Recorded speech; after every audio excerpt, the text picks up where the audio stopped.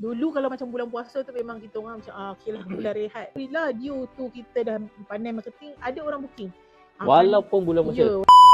Assalamualaikum warahmatullahi wabarakatuh. Alhamdulillah sekarang saya berada di Sungai Petani bersama dengan co-founder Dokoh Ratna yang merupakan event planner, wedding planner, name it, apa saja event yang nak, dan baju yang macam mana yang nak, inilah tempatnya. So hari ini saya bukan nak memperagakan untuk berkahwin lagi, tidak. Tapi saya nak bersama dengan co-founder Puan Fadila. Assalamualaikum Puan Fadila. Assalamualaikum. Baik.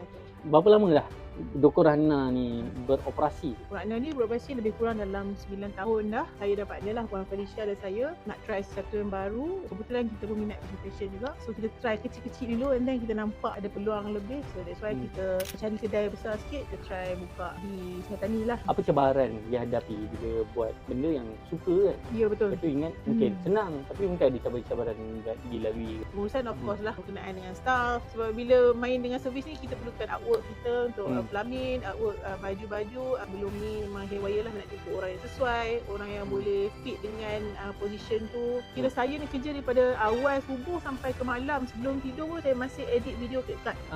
So jadi chief everything officer lah. Kadang-kadang tidur 1-2 tu untuk edit. So macam mana boleh terjumpa penipu? Penipu ni kita jumpa through iklan. Bila kita masuk tu macam still awkward lagi ni, apa benda dah agak dah memang kena menari. Bila dah kenal tu baru faham, okey menari ni sebenarnya nak bagi kita get excited. Bila kita excited baru kita laju.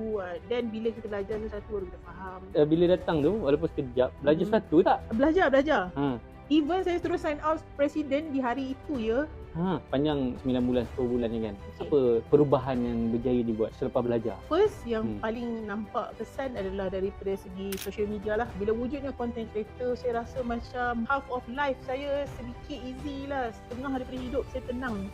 Tak payah fikir video, tak payah fikir upload. Ikut content creator. So sehari dia dah fix dah berapa video untuk keluar. Dia akan uruskan, dia akan beritahu siapa yang mesej. Kalau tidak saya sendiri tengok mesej, reply mesej. Nombor 2, bila adanya kuasa, bila kami kumpul data orang yang datang, esok tu kita boleh follow up dan offer lagi discount. So dia akan boleh datang 2-3 kali dah booking. Yang ketiga adalah bila kita ada personal coaching ni, saya personally rasa saya ada somewhere tertentu. Sebelum ni saya rasa masalah ni saya tanggung seorang-seorang. Bila ada coaching ni kita boleh macam share kuranglah masalah tu.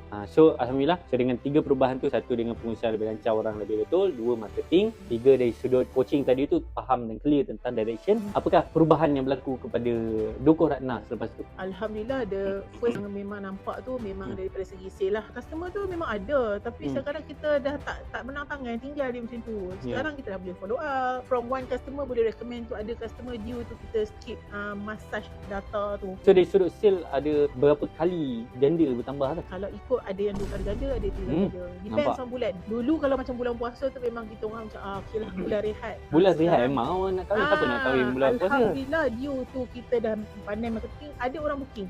Walaupun bulan puasa? Ya, tak adalah macam dulu 30,000 pun susah dapat. Sekarang Alhamdulillah lah. So apa pesanan Puan Fadila kepada luar sana, especially yang buat servis juga? First kena cari circle yang membantu you all. Kalau kita skip on seorang-seorang kita sebelum pun tak ada circle. Bila kita ada circle yang baik, yang positif, so kita ada somewhere tertentu lah. Semestinya kita tak dapat cover semua. Memang kita tak pandai. Kita perlukan guidance juga. So berbaloi tak melaburkan duit ke penipu? Sangat berbaloi. Berpuas hati. Alhamdulillah.